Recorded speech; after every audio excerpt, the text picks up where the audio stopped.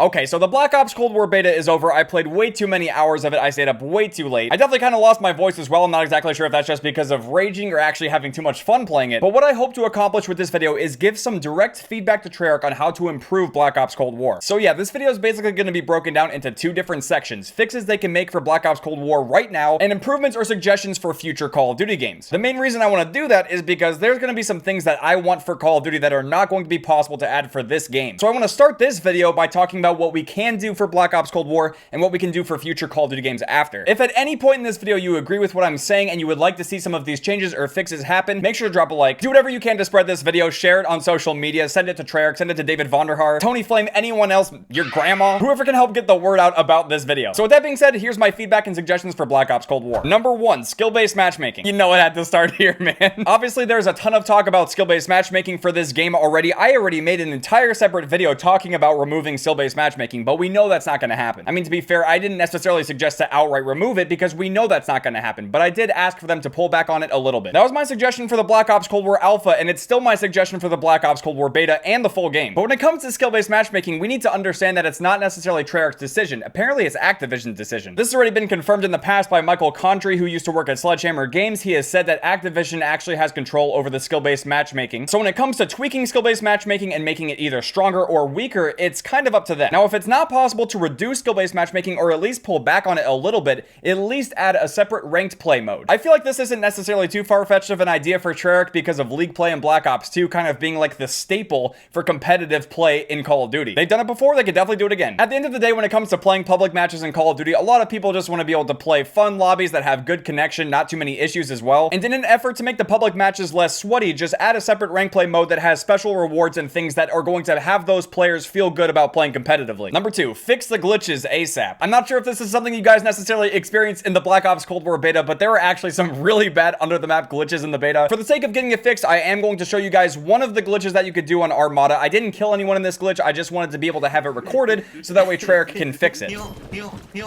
What? Oh, come on, really? Another glitch? Oh, come on! What? Wow.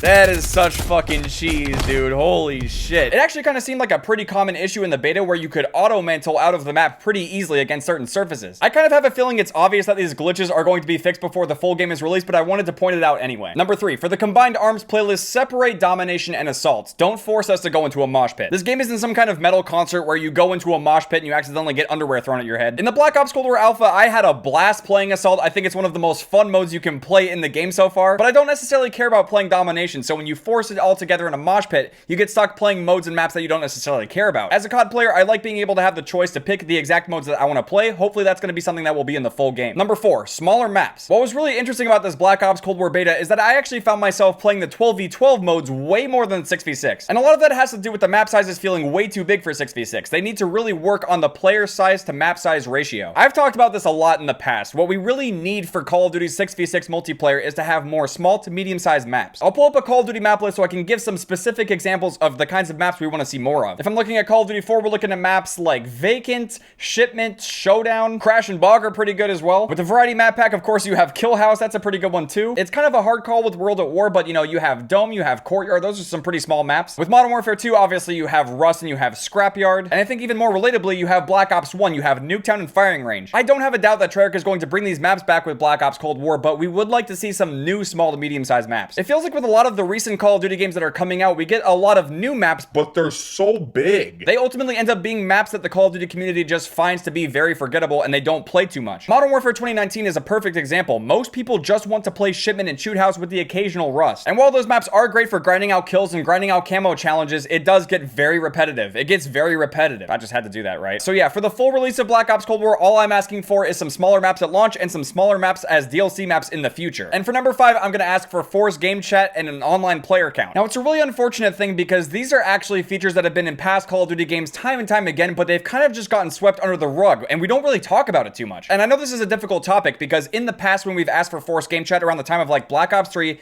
David Vonderhaar specifically had tweeted out that they didn't want to bring forced game chat back because it really does just lead to more trolling videos and more toxicity online. Now, to be fair, I don't know if that's necessarily true because you still hear people in game chat just casually saying really fucked up things all the time. Put down the RPG, you little twerp!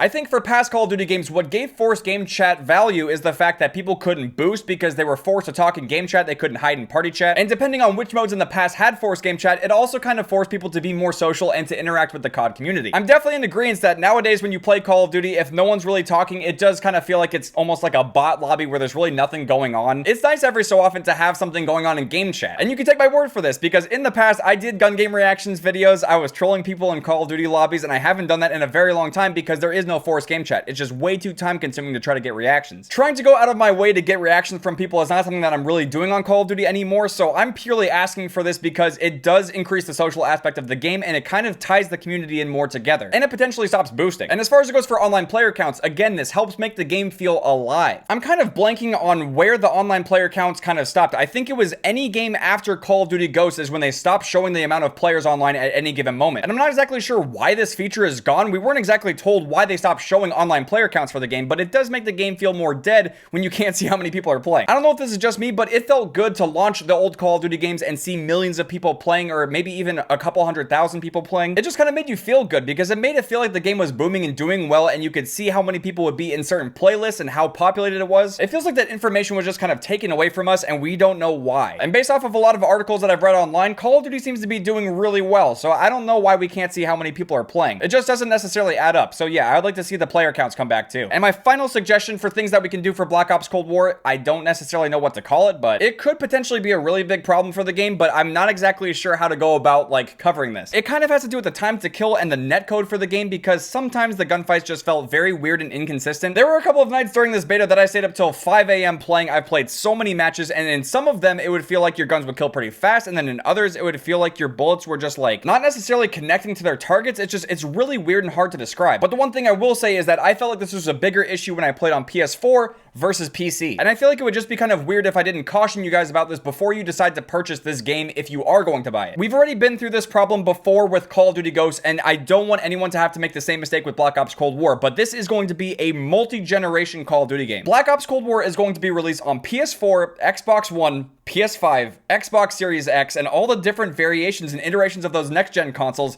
and PC, and it's going to be crossplay. I just want you guys to consider that Call of Duty Ghosts was also a multi-generation Call of Duty game that was released on the Xbox 360, the PS3, the Xbox One, and the PS4, and PC. Now, at the time, Call of Duty Ghosts didn't have crossplay, it didn't have support for it, so you didn't really have to worry about that. If you were on Xbox 360, you would only be playing with the 360 players. But the biggest reason I want to point out that this is a multi-generation Call of Duty game is that there are going to be issues with the game on last gen. That is just a given. It was the case with Call of Duty Ghosts, and I'm pretty sure it's going to happen all over again with this game, and I'm kind of worried about it. A prime example from Call of Duty Ghosts was the dual render system for the sniper scopes. If you played on Stonehaven and you tried to snipe on the Xbox 360, the frame rate was disgustingly low. I've poked fun at this a ton of times in the past, but the reality is that the game is not going to run as well on last gen. So when it comes to inconsistent gunfights, people just kind of eating your bullets and things like that, weird frame rate drops, you do have to consider what console you're playing on. And since Black Ops Cold War is going to be a multi-generational Call of Duty game, I would recommend trying to play on next gen or PC because that's where it's going to run the best. But that's pretty much it for part one. That's going to do it for my suggestions for things that can be done for Black Ops Cold War. Let's move into part two, which is things that can be done for future Call of Duty games. Number one, custom mod support. I feel like not having custom mod support for Call of Duty is a huge miss. It was so awesome for Black Ops 3 on PC, and I'm so glad that Treyarch did it. And it's just one of those features that I'd like to see more of in the future, especially if it can be done on the next gen consoles because they're going to be stronger. I'm not exactly sure if it's going to be possible to do for Black Ops Cold War, which is why I'm suggesting it for future Call of Duty games. I'm pretty sure it might be too late if it's not something they're considering. And my second and last suggestion is support for custom servers. I personally would like to see support for custom servers more than anything. I think it would be incredible. I think it would not only be a massive benefit to me and the entirety of the Call of Duty community, but also to Treyarch and Activision as well. Let me explain. I get asked by you guys constantly, why don't you do more open lobbies? How come you don't host them? And unfortunately, the biggest reason why it's so difficult to do with these newer Call of Duty games is because it's just hard to host private matches like that, especially on PlayStation, because I'm pretty sure you have to add anyone that you want to actually invite into a game. It's just very convoluted. Wouldn't it just be a lot easier if we could host custom servers that people could join and play at any given moment? Exactly. If there was support for custom servers for Black Ops Cold War or a future Call of Duty game, I could easily just rent a server, kind of like Battlefield in the past, and I could just make it public for you guys, and we could have an open lobby server. We could have like a special server for members only for people who join the channel. It would open up a lot of great opportunities. It would make for some great content. We could be doing open lobbies and have a lot of fun. Again, I'm going to use Battlefield as an example because they have a server browser. You could easily just search for the Merc Music server and join it. I wouldn't have to tweet about open lobbies, I wouldn't have to be getting thousands of messages and just kind of hoping people can join in. It would just be way easier. It would give me tons of options as a server admin, which would be great. But obviously when it comes to server rental, there's going to be some kind of cost. That would be something that they would have to decide, but they would also be able to make money off of this idea too. And I have no problem with that. I've rented servers from Battlefield before in the past, and it was definitely worth the money. So yeah, that's pretty much going to do it for my feedback for the Black Ops Cold War beta. I think it's amazing that Treyarch is going to be continuing so many of the features from Modern Warfare that were good, whether that's crossplay, cross progression, not having supply drops, doing a battle pass, doing free maps, etc. And on top of that as well, this is going to be the first Call of Duty game to have a field of view slider on console. We've been asking for it for so long, and they finally delivered, so thank you, Treyarch. And all I can do now is hope that Treyarch takes this feedback, takes these suggestions into consideration, and hopefully we can make Black Ops Cold War the best game possible. But with that being said, thank you guys very much for watching. I hope you guys enjoyed my feedback video for Black Ops Cold War. If you guys did enjoy this video and you want Black Ops Cold War to be the best Call of Duty game to date, make sure to drop a like.